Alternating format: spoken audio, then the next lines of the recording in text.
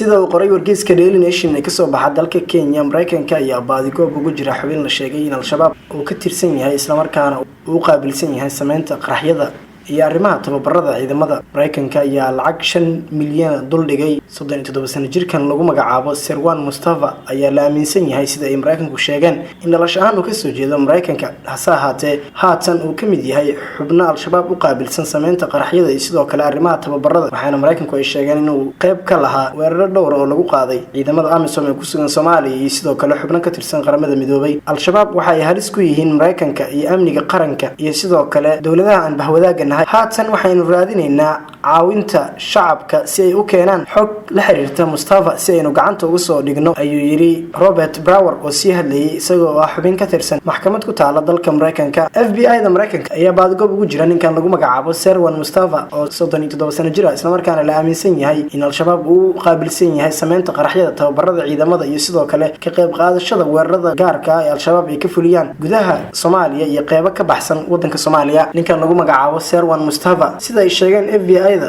waxay haatan baadigoob ugu jiraan in muddo ah, waxaana la aaminsan yahay inuu wax ku soo bartay dalka Mareykanka halka loo yaqaano San Diego isla markaana uu ka soo dhameystay waxbarashadiisa sare koonfurta gobolka California. Waxa uu ka soo tagay sanadii 2005 sida ay ku sheegeen warbixin ay soo saareen FBI-da. Waxa uu u gudbay dalka Yemen marka uu kaga sii gudbay dalka Soomaaliya, waxaana la sheegay inuu ka qayb qaatay dagaalkii la galay ciidamada Itoobiya ee ku sugnaa Soomaaliya isla markaana soo galay sanadii 2006 sida lagu sheegay xogtan ay soo saareen FBI-da Mareykanka. Mustafa waxa uu ku lug lahaa isla markaana shabaab u qaabilsanaa faafinta afkaartooda, tababarada iyo sidoo kale ka qayb qaadashada weerarada laga fuliyay Soomaaliya ee la beegsada ciidamada midowga Afrika AMISOM iyo dawladda federaalka Soomaaliya. FBI-da ayaa haatan aaminsan in Mustafa uu u qaabilsan yahay al-shabaab sameynta qaraxyada, waxayna sheegeen in haatan cidii soo sheegta xog la xiriirta isaga inay abaalmarin u siin doonaan lacag gaaraysa 5 milyan oo doolarka Mareykanka. Si kastaba ha ahaatee FBI-da Mareykanka ayaa baadigoob ugu jira Sirwan Mustafa oo ay sheegeen inuu dhalashahan ka soo jeedo dalka Mareykanka, hase ahaatee uu ku biiray kooxaha ka soo horjeeda afkaarta Mareykanka sida FBI-du ay sheegeen. Waxaana haatan ay baadigoobayaan sidii ay gacan ugu soo dhigi lahaayeen ninkan lagu magacaabo Sirwan Mustafa oo 37 sano jir ah isla markaana la aaminsan yahay in al-shabaab uu qaabilsan yahay sameynta qaraxyada sida lagu sheegay qoraal ka soo baxay FBI-da Mareykanka.